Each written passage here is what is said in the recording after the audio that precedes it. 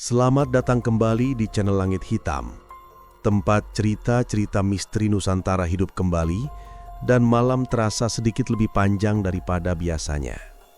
Malam ini, saya akan bercerita tentang kisah seorang penjual ronda keliling bernama Pak Surya yang hidupnya berubah total setelah menemukan seekor kucing kecil di pinggir kebun.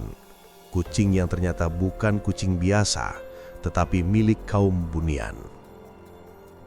Cerita ini bukan hanya tentang misteri, tetapi juga perjuangan seorang bapak yang berjuang demi keluarganya, demi menafkahi anak dan istrinya, hingga tanpa sadar ia menyentuh dunia lain yang tidak seharusnya dilihat manusia. Malam itu, Pak Surya selesai berjualan agak larut. Jalan desa sudah sepi, hanya suara jangkrik dan angin malam yang menemani langkahnya.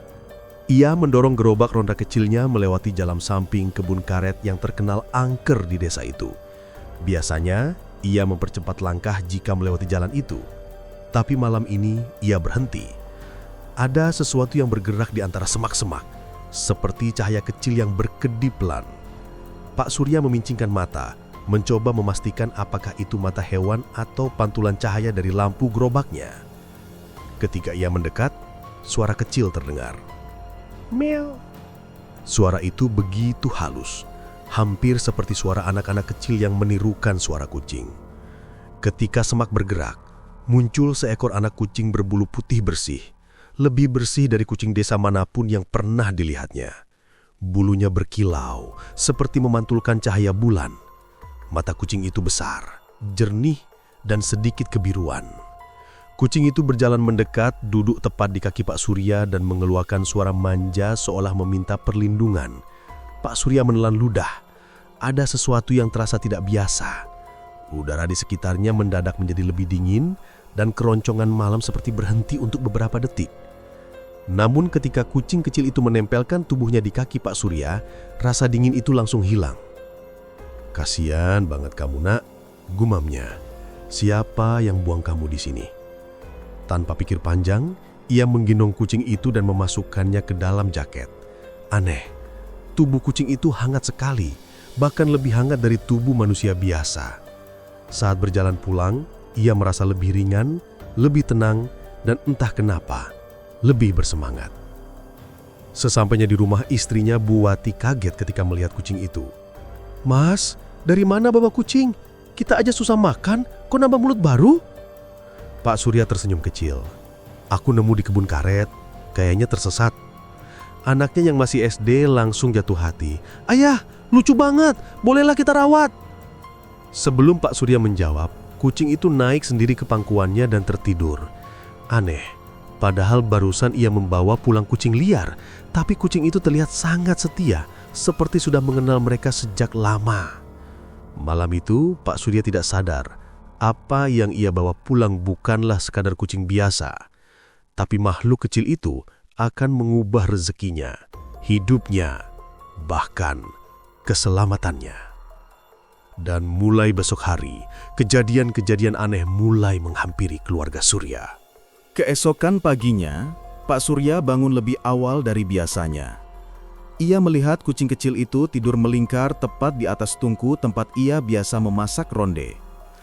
Aneh, kucing itu sama sekali tidak kotor, padahal tungku itu berdebu.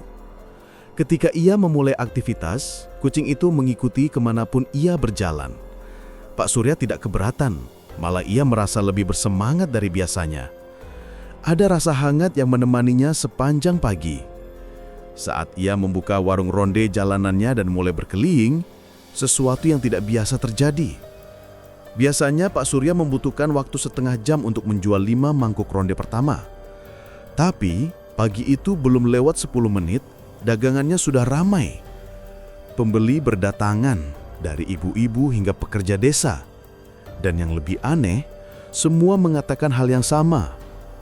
"Aromanya beda, Pak, enak sekali. Rondenya manis tapi nggak bikin enak, kuahnya hangat sampai ke hati." Pak Surya heran. Ia tidak mengubah resepnya sama sekali. Tidak ada bahan baru, tidak ada cara memasak baru. Ia bahkan lebih lelah dari biasanya. Kucing kecil itu duduk di atas gerobak, bulunya berkilau tertimpa sinar matahari. Setiap kali ada pembeli yang datang, kucing itu menatap mereka dan entah kenapa, pembeli itu langsung tersenyum dan membeli lebih banyak dari rencana awal. Saat matahari mulai meninggi, ronde Pak Surya sudah ludas, semua habis, tidak tersisa satu pun. Ia pulang dengan uang yang jauh lebih banyak dari biasanya. Bahkan Bu Wati sempat terharu melihat uang yang dibawa pulang suaminya. Namun malamnya, kejadian yang lebih aneh muncul. Kucing putih itu menatap jendela dapur dengan serius.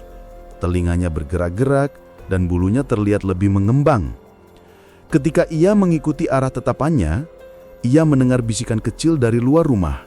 Bukan suara orang, tapi suara nyanyian halus yang asing. Pada saat itu, kucing itu mendekat padanya, menggosokkan tubuhnya di kaki Pak Surya, seakan memberi peringatan. Ada sesuatu yang memperhatikan rumah itu. Dan sesuatu itu bukan manusia. Sejak membawa pulang kucing putih itu, rumah sederhana Pak Surya terasa berbeda. Bukan menyeramkan, tapi seperti lebih ramai, meski sebenarnya kosong. Istrinya, Bu Rini, sampai beberapa kali bilang kalau rumah seperti bernapas lebih pelan. Kalimat yang ia sendiri tak mengerti maksudnya. Kucing itu, yang kini mereka panggil si putih, selalu berjalan dengan langkah ringan, bahkan terlalu ringan untuk ukuran kucing biasa. Suaranya jarang terdengar, tapi tatapannya selalu mengikuti setiap pergerakan anggota keluarga, seolah memahami isi hati mereka. Malam itu, saat Pak Surya baru selesai berjualan ronde dan sedang menghitung uang hasil dagangan di ruang tengah, si putih duduk di sampingnya sambil menatap pintu depan seperti menunggu seseorang datang. Angin pelan masuk melalui celah jendela, membawa aroma bunga yang tidak pernah ditanam di halaman mereka. Aroma itu lembut namun menenangkan, seolah ada taman besar di luar sana yang tidak terlihat mata manusia. Ketika jam dinding menunjukkan pukul 11 malam, Pak Surya mendengar suara seperti langkah kaki lembut di teras. Bukan langkah manusia, tapi seperti kain panjang menyapu lantai. Ia menajamkan telinga, memastikan bahwa itu bukan suara angin atau hewan lain. Mendadak, si putih berdiri, bulunya tidak mengembang, tapi tubuhnya tegap, seperti sedang menyambut seseorang yang sangat dihormati. Pak Surya awalnya tak berani membuka pintu. Namun suasana malam itu terasa berbeda. Tidak ada rasa takut, hanya perasaan bahwa ada tamu yang sudah lama menunggu momen untuk berkunjung. Ketika suara langkah itu berhenti tepat di depan pintu, terdengar suara sangat pelan, hampir seperti bisikan lembut yang terbang bersama angin. Terima kasih sudah merawatnya. Bulu kuduk Pak Surya meremang. Ia tahu suara itu bukan suara manusia biasa. Tapi anehnya, hatinya tidak tergerak untuk lari. Justru rasa ingin tahu mengalahkan rasa takut yang biasanya muncul ketika menghadapi hal-hal gaib. Ia hanya berdiri, membalas dalam hati. Kalau benar itu pemiliknya, apa dia datang mengambil si putih? Bu Rini keluar dari kamar, heran melihat suaminya berdiri menatap pintu. "Pak, ada siapa di luar?" tanyanya dengan suara kecil. Pak Surya geling perlahan. "Nggak tahu, Bu, tapi kayaknya ada tamu." Mereka berdua saling berpandangan, lalu tiba-tiba suara langkah di luar perlahan menjauh, kemudian hilang sama sekali. Aroma bunga yang sempat memenuhi teras pun perlahan memudar. Keesokan harinya, sesuatu yang lebih aneh terjadi. Ketika Pak Surya mendorong gerobak ronde kelilingnya, si putih tiba-tiba ikut berlari kecil di sampingnya. Biasanya kucing itu tidak pernah keluar rumah kecuali diajak. Tetapi kali ini ia seolah tahu bahwa Pak Surya membutuhkan keberuntungan. Dan benar saja, baru 1 jam berkeliling, ronda dagangannya langsung diserbu pembeli. Bahkan beberapa warga desa yang tidak pernah keluar malam tiba-tiba muncul dan membeli ronde seolah memburu sesuatu yang sangat istimewa. Pak Surya sampai kebingungan. Biasanya ia pulang tengah malam dengan sisa ronde cukup banyak, tapi kini baru jam 8 malam saja dagangannya ludes total. Para pembeli bahkan sampai memuji. Rondenya Pak Surya sekarang rasanya beda. Ada manis yang halus, kayak dibuat dengan tangan malaikat. Pak Surya hanya tertawa malu, tapi pikirannya langsung teringat kejadian tadi malam. Apa ini berkaitan dengan si tamu misterius? Saat pulang, ia melihat si putih menunggunya di depan rumah dengan posisi duduk seperti penjaga gerbang. Kucing itu tidak terlihat lelah meski seharian mengikutinya. Begitu Pak Surya datang, si putih mengeluarkan suara lembut sekali, hampir seperti suara manusia yang sedang memanggil dengan kasih sayang. Malam berikutnya, suara langkah misterius itu muncul lagi. Tidak nampak menakutkan, bahkan wajahnya seperti memancarkan cahaya lembut. Tapi yang membuat Pak Surya makin yakin bahwa wanita itu bukan manusia adalah kenyataan bahwa tanah tempat ia berdiri tidak menginjak apapun. Kakinya melayang tipis di atas tanah. Ketika Pak Surya memberanikan diri mendekat, sosok itu mengangguk pelan seperti ingin menyampaikan terima kasih. Si putih juga mendekati sosok tersebut, menggosokkan diri pada sosok tersebut. Saat itulah Pak Surya sadar wanita itu mungkin adalah pemilik asli si putih. Dan jika benar dia berasal dari alam bunian, maka kedekatan mereka pada keluarga Pak Surya bisa membawa rezeki atau ujian. Wanita itu tidak berbicara sepatah pun, namun tatapan matanya mengatakan banyak hal, terutama rasa syukur dan kepercayaan. Perlahan ia menghilang seperti asap yang diterpa angin. Tinggallah Pak Surya terpaku, menyadari bahwa hidupnya tidak akan sama lagi. Dan sejak malam itu, setiap kali ia berjualan ronda, dagangannya selalu habis sebelum waktu yang seharusnya. Keanehan demi keanehan mulai bermunculan. Ada pembeli yang mengaku bermimpi didatangi wanita cantik berambut panjang, meminta mereka membeli ronda Pak Surya. Ada pula seorang ibu-ibu yang mengaku melihat cahaya putih mengikuti gerobak Pak Surya dari kejauhan. Pak Surya mulai mengerti, ia dan keluarganya sedang dilindungi, atau mungkin sedang dipantau. Si putih tidak lagi sekedar kucing, ia adalah titipan. Dan titipan dari alam bunian tidak pernah diberikan tanpa alasan. Dan malam-malam itu hanyalah awal dari sesuatu yang jauh lebih besar. Sejak malam ketika wanita misterius itu muncul di halaman rumah, hidup keluarga Pak Surya berubah drastis. Bukan hanya dagangan rondenya yang selalu habis, tetapi suasana rumah pun terasa lebih hangat dan damai. Seolah ada penjaga tak kasat mata yang tinggal bersama mereka. Bu Rini bahkan pernah berkomentar, "Rasanya rumah kita nggak pernah sepi ya Pak, kayak ada yang jaga dari sudut-sudut gelap." Pak Surya hanya mengangguk, karena ia pun merasakan hal yang sama. Si putih semakin sering menunjukkan perilaku yang tidak wajar bagi seekor kucing biasa. Kadang ia duduk menatap sudut rumah kosong selama beberapa menit, seperti sedang mendengarkan seseorang bicara. Kadang ia berlari kecil mengikuti sesuatu yang tidak bisa dilihat manusia. Tapi anehnya, suasana tidak pernah mengarah ke hal yang menakutkan. Justru, terasa seperti ada makhluk halus yang menjaga keluarga itu dari kejauhan. Suatu pagi, ketika Pak Surya sedang membersihkan gerobaknya, seorang lelaki tua lewat dan menatap si putih dengan wajah pucat. "Pak Surya, kucing itu jangan dibiarkan jauh-jauh dari rumah," katanya dengan suara rendah. Pak Surya heran dan bertanya kenapa. Lelaki itu hanya menjawab, "Itu bukan kucing sembarangan. Kucing begitu biasanya, milik kaum halus." Setelah berkata begitu, lelaki itu pergi terburu-buru, seolah takut ada yang mengikutinya. Perkataan itu menambah keyakinan Pak Surya bahwa wanita misterius yang muncul beberapa malam lalu memang berasal dari dunia bunian. Dan semenjak itulah, berbagai kejadian kecil aneh terus muncul, tapi selalu mengarah pada kebaikan. Misalnya, suatu malam ketika hujan deras turun, gerobak ronde yang biasanya bocor justru tidak kemasukan air sama sekali. Padahal Pak Surya tahu betul bahwa gerobaknya sudah tua dan banyak celah. Atau ketika ia hampir terpeleset di jalan licin, tiba-tiba ia merasa seperti ada tangan yang menahan tubuhnya agar tidak jatuh. Pada hari itu, Pak Surya kembali berjualan seperti biasa. Namun ada suasana berbeda. Sejumlah pembeli baru muncul, mayoritas bukan dari desa sekitar. Ada yang bilang mereka datang karena mendengar suara perempuan cantik dalam mimpi yang menyuruh mencicipi ronde Pak Surya. Ada pula seorang bapak-bapak yang mengatakan bahwa aroma ronde Pak Surya seperti memanggilnya dari kejauhan.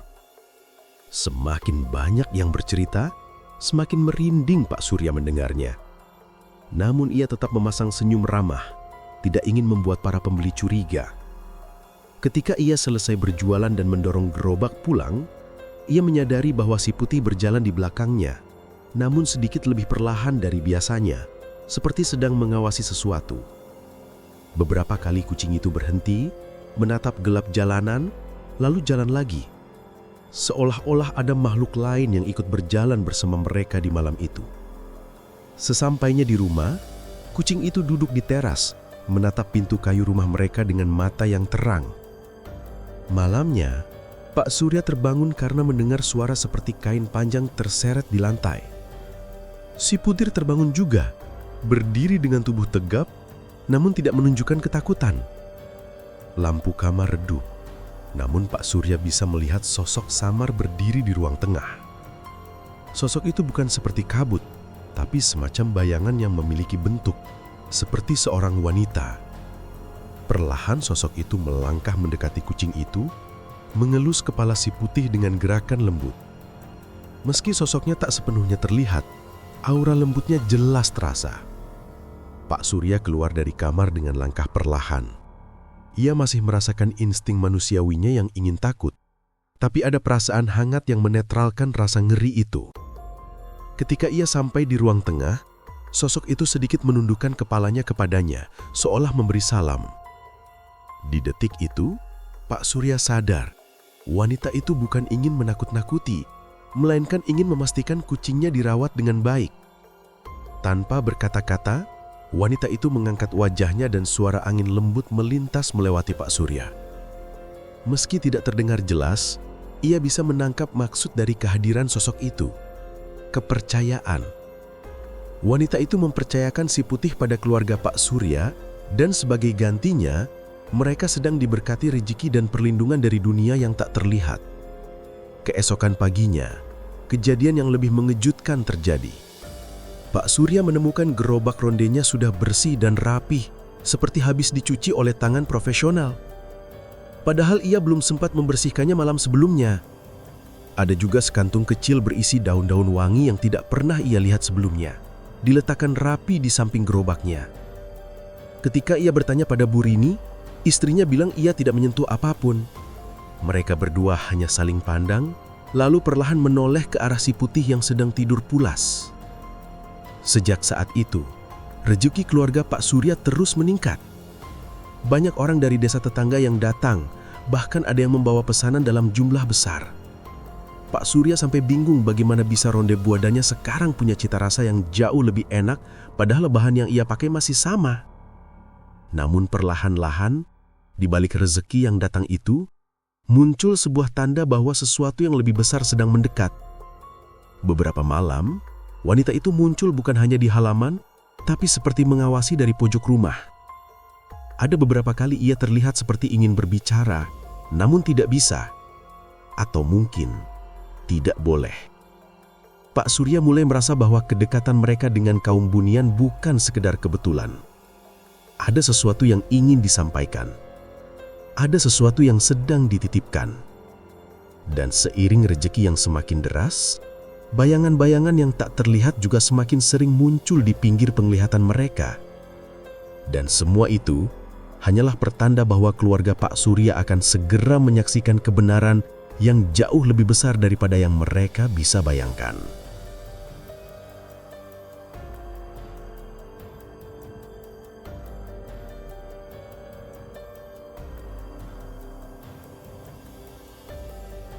Setelah malam itu, kehidupan keluarga Pak Surya berubah drastis. Dagangannya seperti disihir. Setiap hari laris.